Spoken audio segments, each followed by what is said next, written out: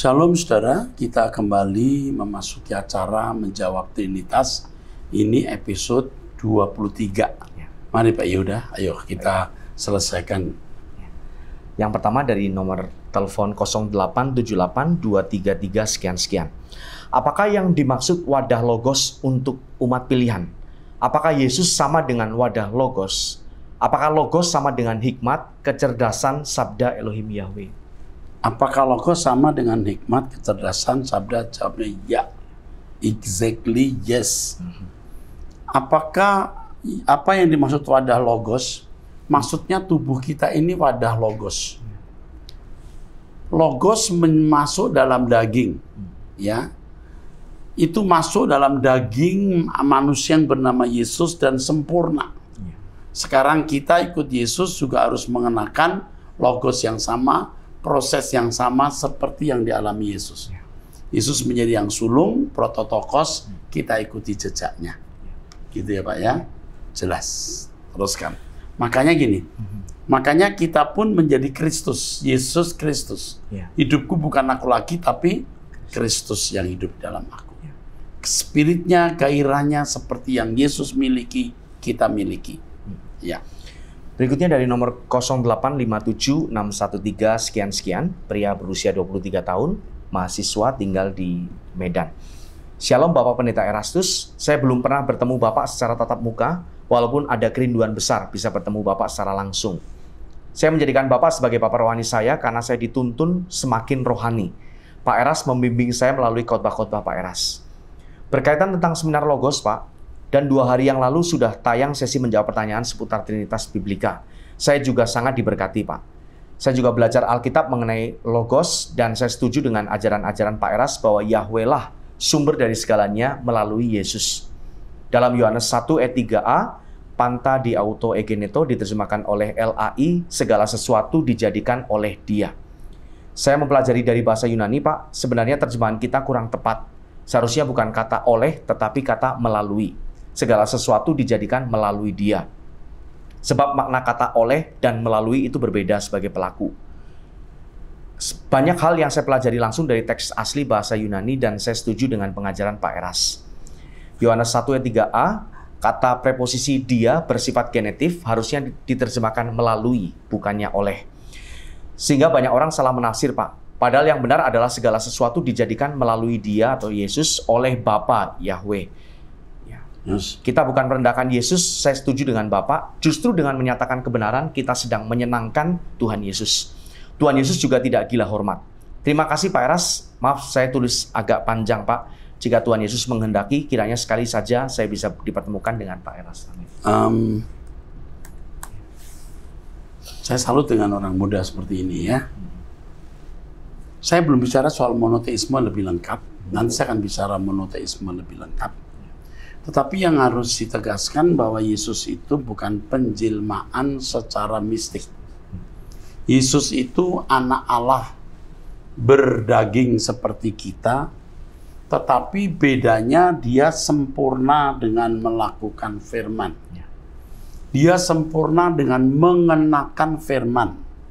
Firman di situ maksudnya logos. Tentu lewat proses, bukan berlangsung secara otomatis. Bukan berlangsung secara mistik, tetapi melalui perjuangan.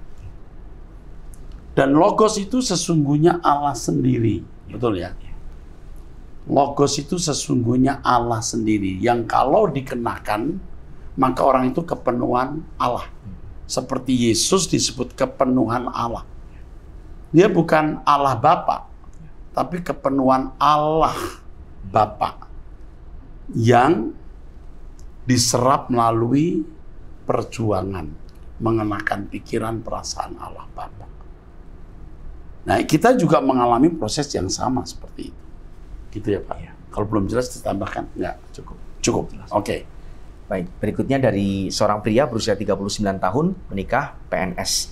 Pak Eras, kalau Alkitab yang kita baca dan pelajari selama ini, ternyata banyak terjemahannya yang tidak sesuai dengan bahasa aslinya. Bagaimana kami yang tidak sekolah teologi ini dapat memahami Alkitab secara benar? Kalau banyak, mungkin tidak. Tidak.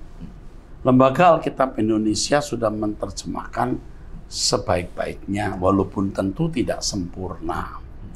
Kadang-kadang juga sudah tepat, tetapi hanya penafsiran orang yang beda, sehingga seakan-akan itu kesalahan penerjemahan.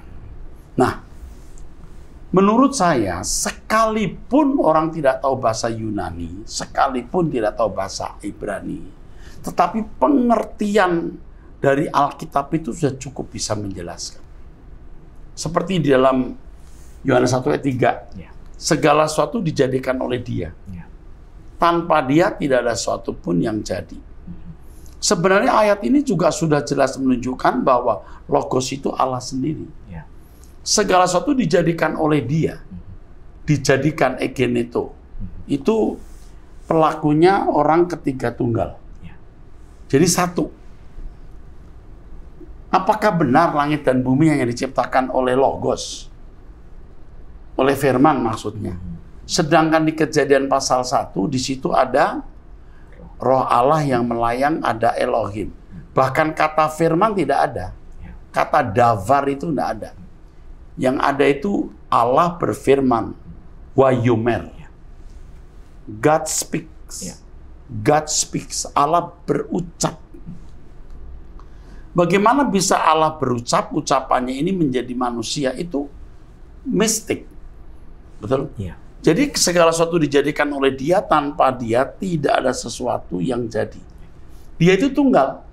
Ini sama dengan Bereshit bara Elohim. Bara itu juga menunjuk kata kerja yang dilakukan oleh orang ketiga tunggal. Sama dengan egeneto.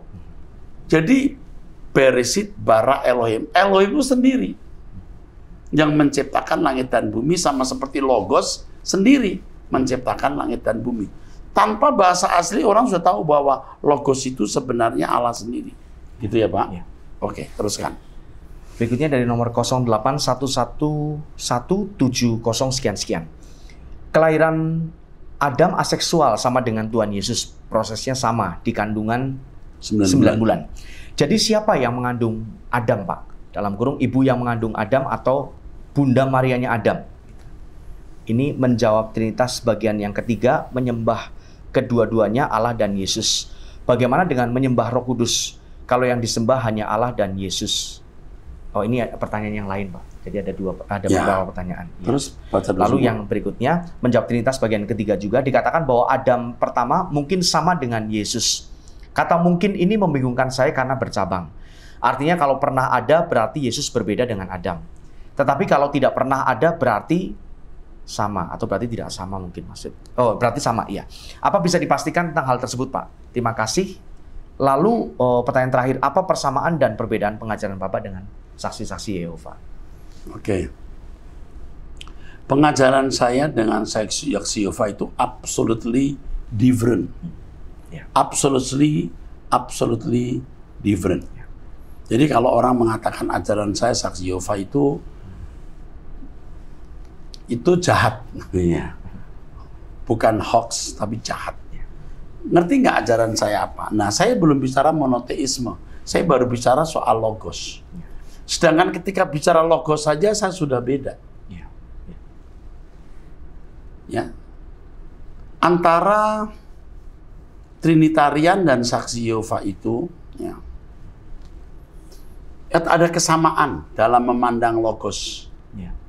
Jadi Logos itu firman bersama-sama dengan Allah. Bedanya kalau saksi Yehova mengakui Logos itu ciptaan.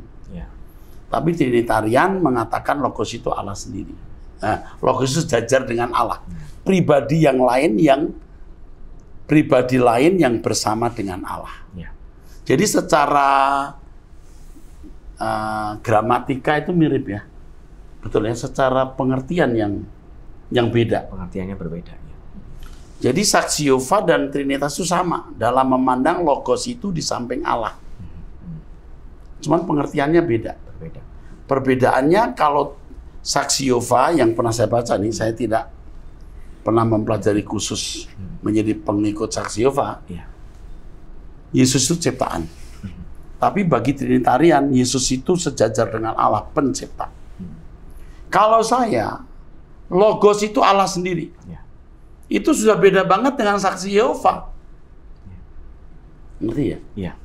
Saya ulangi, antara Trinitas dengan saksi Yehova itu sama dalam memandang Logos itu pribadi yang bersama-sama dengan Allah.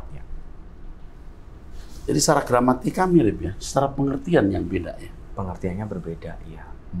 Kalau menurut Trinitas, Logos itu Allah sendiri, Sang Pencipta. Di samping Allah Elohim. Ya. Kalau saksi Yehova, Logos itu diciptakan Allah. Betul? Iya. Ya. Nah, agen penciptaan. Ya. Nah, kalau saya, Logos itu Allah sendiri. Bukan pribadi lain, itu metonim Allah. Jadi saya beda dengan Trinitas, saya beda dengan saksi Yehova. Ya. Oke. Begitu ya? Iya. Ini yang terakhir ini ya? Iya. Saya jawab udah. Lalu pertanyaan pertama apa tadi? Siapa ibunya Adam? Kita tahu bahwa penciptaan manusia Adam dari tanah liat dibentuk Yatser ya. Dibentuk lalu ditiup. Nah, inilah cara Allah melahirkan Adam. Sedangkan Yesus masuk melalui rahim Maria. Ya, saya tidak menggunakan kata diciptakan, tapi Alkitab mengatakan diperanakan. Gitu ya, oke.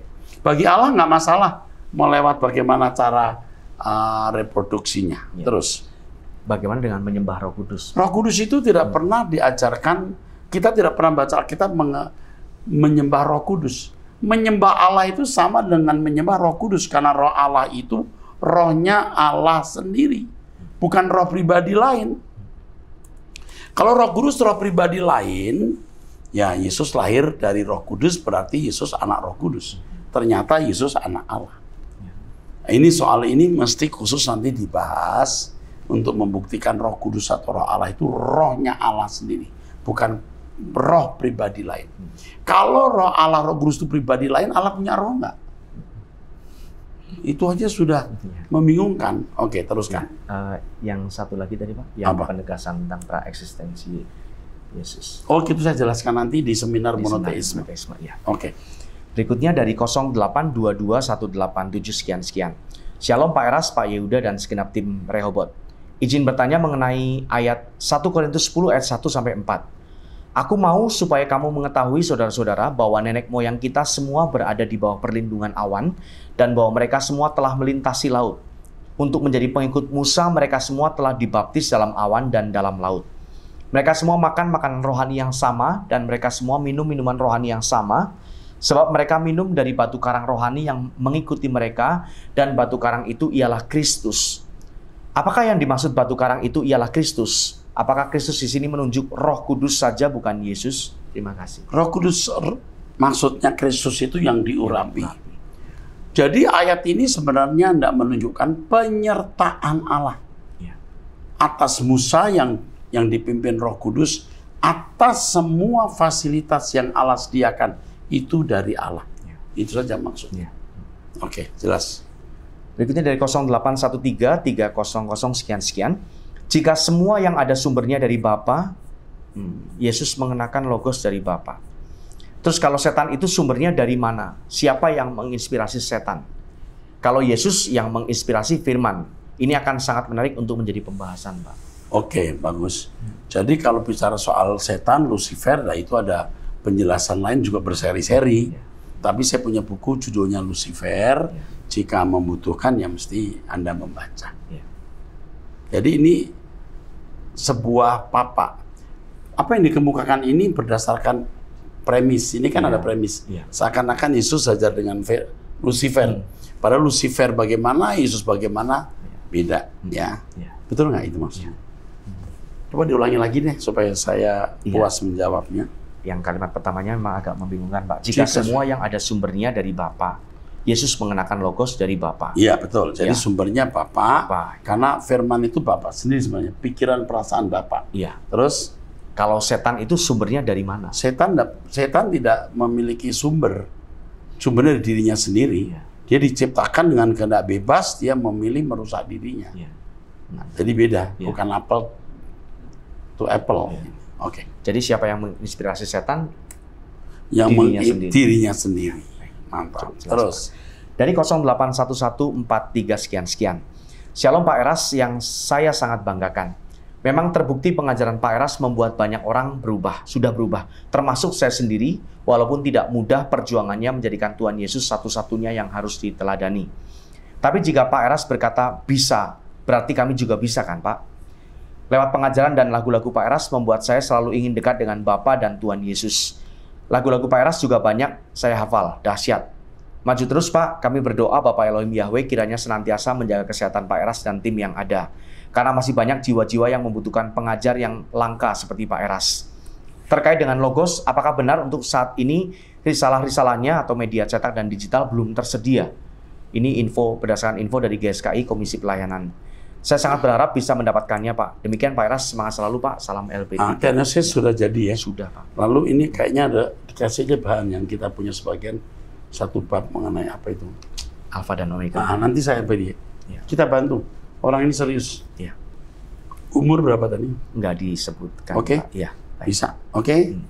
Dengan senang hati kita membagi risalahnya. Ya. Oke, teruskan. Selanjutnya dari 0812-625 sekian-sekian. Ini seorang ibu berusia 44 tahun. Sudah menikah. Shalom Pak Eras yang kukasihi di dalam Tuhan. Pak, setelah mengikuti seminar Logos, ada jawaban yang saya temukan kenapa selama ini orang Kristen menganggap Tuhan di PL adalah Tuhan yang terkesan kejam. Kenapa Yahweh tegas, maksudnya? Ya, ini Tuhannya besar semua, Yahweh. Terus? Terkesan kejam, tegas, mengerikan. Sementara Tuhan di PB adalah Tuhan yang lemah lembut, penuh kasih sayang. Karena dianggap Tuhan yang penuh kasih sayang, seolah-olah orang percaya tidak apa-apa jika tidak hidup kudus. Karena manusia penuh kelemahan. Dan tentu Tuhan memahami keadaan itu. Pemikiran yang demikian muncul karena percaya bahwa Yesus anak Allah adalah juga Bapa atau Yahweh. Inilah yang menyebabkan banyak orang Kristen tidak khawatir atau cemas dengan keadaan dirinya. Apakah sudah berkenan di hadapan Allah atau tidak? Iya. Yang penting sudah percaya Yesus Tuhan dan Bapa. Iya, mereka tidak mengerti bahwa Yahweh itu bukan Yesus. Iya. Itu membuat orang jadi sembarangan juga hidup. Iya. Ini benar kata ibu ini. Iya.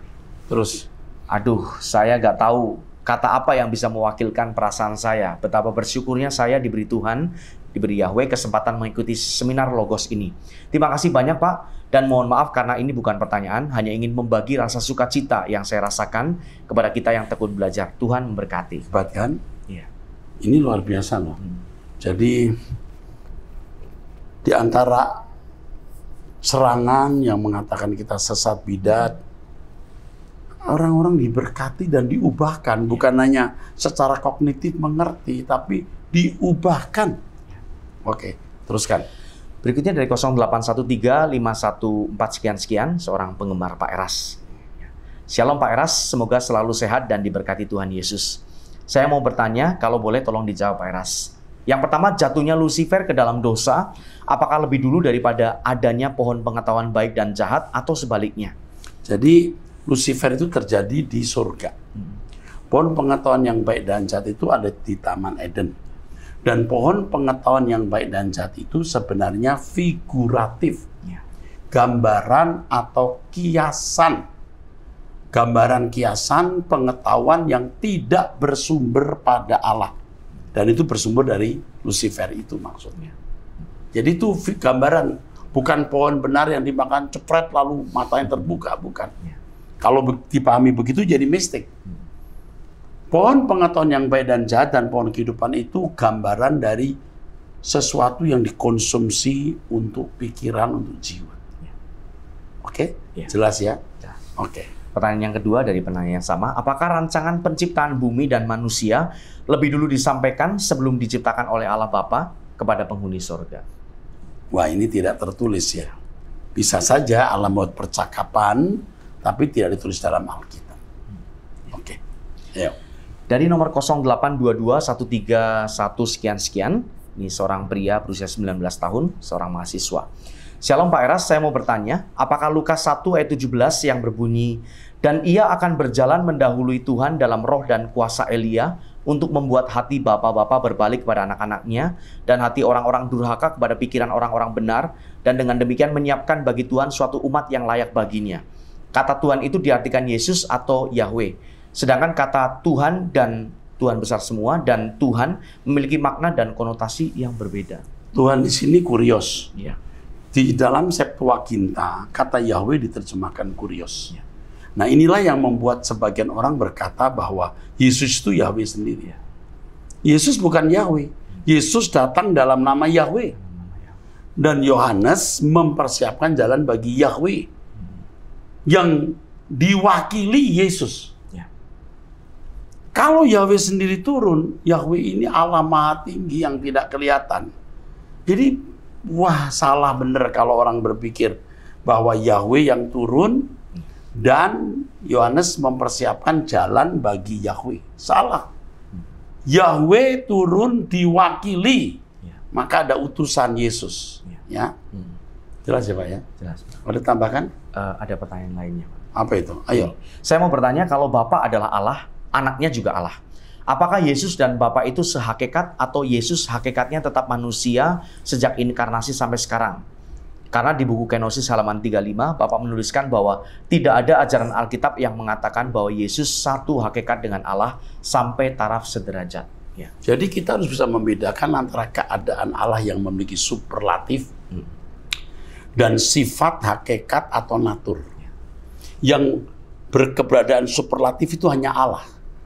Engkau yang mempunyai kuasa, kerajaan, dan kemuliaan hanya Allah.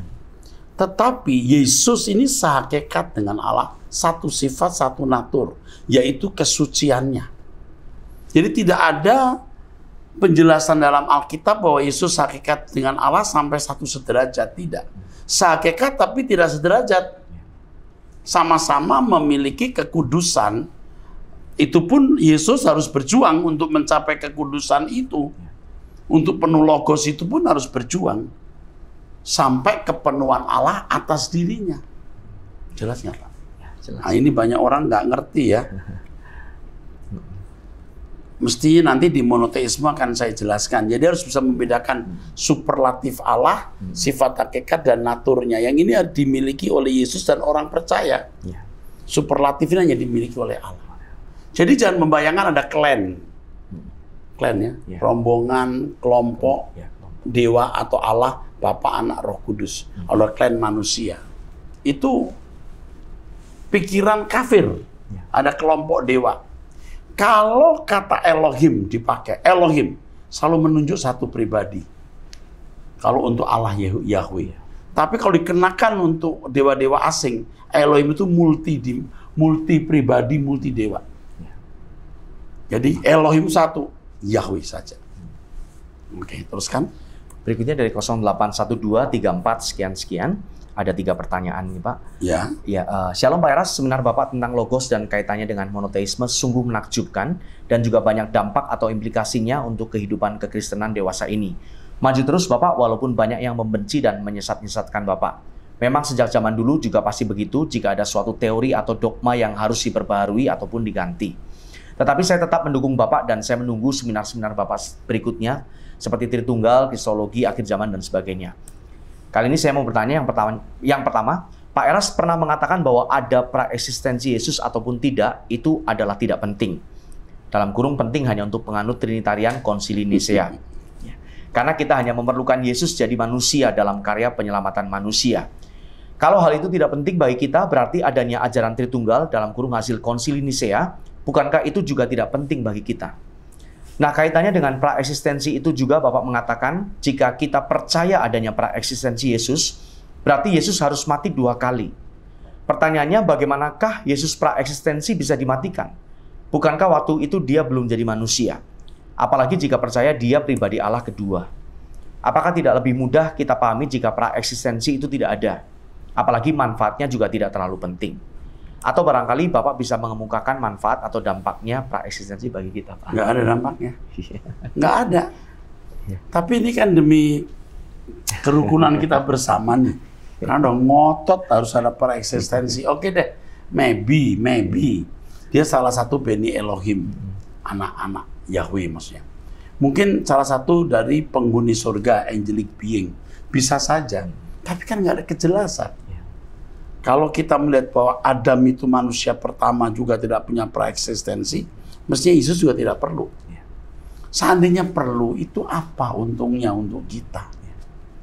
Untuk penghormatan bagi Yesus. Menghormati Yesus tidak cukup dengan mengakui para eksistensinya. Menghormati Yesus harus mengenakan hidupnya sepenuhnya, baru benar itu. Oke, teruskan. Yang kedua, jika Roh Kudus itu adalah roh Bapa sendiri, apakah itu berarti bahwa pribadi Roh Kudus adalah pribadi Bapa sendiri? Amin. Terus. Jika demikian berarti sebenarnya tidak ada 3 pribadi atau Tritunggal. Yang ada hanya 2 pribadi Dwitunggal. Tunggal dalam arti satu pikiran, perasaan, dan kehendak, bukan satu hakikat. Ya, jika mau digunakan kata Dwitri, tapi di Alkitab nggak ada istilah itu. Bahkan ada kata dwinatur. Yesus punya dwinatur. Satu natur manusia, satu natur Allah. Justru menurut catatan, logos yang dipahami oleh filsafat Yunani itu punya dwinatur. Betul ya Pak ya? Bahannya nanti mesti dimunculkan. Waktu saya seminar ya. Natur ilahi yang bisa membuat logos berhubungan dengan dewa-dewa, dan natur manusia yang buat logos bisa berinteraksi dengan manusia. Justru di natur itu ada di filsafat Yunani. Nah kalau Yesus, naturnya apa Pak? Yesus ya Yesus, jangan pakai natur-natur dwinatur. Dia manusia 100%. Tapi dia memiliki natur ilahi. Dia manusia yang punya natur ilahi. Sempurna naturnya. Berkodrat, berhakikat, bersifat ilah Allah, yaitu kesuciannya. Nanti saya jelaskan di monoteisme. Pusing kalau singkat ya. Terus saya menantikan seminar Bapak tentang Roh Kudus, karena kalau Roh Kudus itu adalah roh Bapak sendiri, jadi pada saat Roh Kudus keluar dari Bapak, berarti Bapak tidak punya roh lagi atau hanya sebagian. Nah, ini penting. Allah itu multidimensional. Kalau saya di sini, saya nggak ada di rumah. Tapi kalau Allah di surga, dia di mana-mana. Yesus mengajari kita doa Bapa kami yang di surga, bukan Bapa kami yang di mana-mana. Oke, teruskan. Kalau roh Adam atau roh Yesus yang keluar atau diperanakan oleh Bapa ke dalam Adam dan Yesus, itu mudah dipahami karena menjadi pribadi lain. Tapi jika Roh Kudus adalah roh yang keluar dari Bapa, yang adalah roh juga, itu saya bingung. Nanti dijelasin. Oke, teruskan. Ya, pertanyaan terakhir, setelah seminar Logos ini saya juga membaca buku The Only True God karya Eric Chang. Ini sangat melengkapi, Pak. Tapi saya sekaligus sedih karena dari buku itu dikemukakan bahwa akibat dari dipaksakannya ajaran Trinitas yang memaksakan Yesus sebagai Allah anak dalam kurung pribadi kedua dan setara Bapa, bukan sebagai anak Allah yang adalah sebutan lain dari Mesias. Orang-orang di wilayah Timur Tengah yang kental dengan pengaruh monoteisme Yahudi saat itu menjadi tidak percaya Alkitab Perjanjian Baru. Yang akibatnya mereka juga tidak percaya karya keselamatan yang dibawa oleh Sang Mesias itu. Ya, itu pasti salah persepsi. Kalau kita tidak mengakui Yesus itu Yahweh sendiri, bukan berarti lalu tidak percaya Yesus Juru Selamat. Justru lebih percaya mestinya. Karena dari dulu juga Mesias itu tidak pernah disejajarkan dengan Allah menurut konsep Yahudi kan? Betul. Mesias itu tidak pernah disejajarkan dengan Yahweh. Oke, terus. Sehingga 300 tahun kemudian muncullah agama baru yang sangat menekankan ajaran monoteisme. Kemungkinan hingga sekarang juga sulit bagi orang Yahudi untuk menjadi Kristen karena tidak senafas lagi dengan monoteisme Perjanjian Lama. Jadi kalau orang Yahudi tidak mempercayai Yesus, jangan disalahkan ajaran monoteisme biblika. Emang dasarnya dia tidak mengakui Yesus sebagai Mesias karena menantikan Mesias versi mereka. Jangan itu. Tapi ini yang nulis ini bagus orangnya, orang baik. Terus. Terlebih lagi pada zaman Yesus hidup, para imam dan ahli Taurat waktu itu tidak bisa membuktikan bahwa Yesus menghujat Allah. Yesus disalib karena mereka tidak percaya bahwa dia adalah Mesias, bukan karena menghujat Allah. Pernyataan saya kan benar ya? Betul. Maksudnya untuk melengkapi pernyataan saudara ini maksudnya. Jadi waktu tulisan Eric Chang menulis bahwa karena dipaksakan Trinitas itu. Jadi makanya ada resistensi dari Timur Tengah, begitu, dari khususnya Yahudi. Karena nggak nyambung dengan monoteisme mereka seperti itu. Iya, tapi penolakan orang Yahudi terhadap Yesus sebagai Juru Selamat bukan karena monoteisme biblika yang benar ya. Karena dasarnya memang menolak Yesus sebagai Juru Selamat karena mereka menginginkan Juru Selamat atau Mesias versi mereka. Terus. Sekian saja Pak Eras, maaf kepanjangan dan mohon dikoreksi kalau ada yang salah. Salam hormat dan kasih buat Pak Eras beserta keluarga dan seluruh tim Truth ID. I love you. Teruskan. Dari 08193244 sekian-sekian, Shalom Pak Eras, terima kasih atas sharing dan bimbingan Bapak bagi saya dan seluruh jemaat GSKI lewat seminar Logos ini Pak.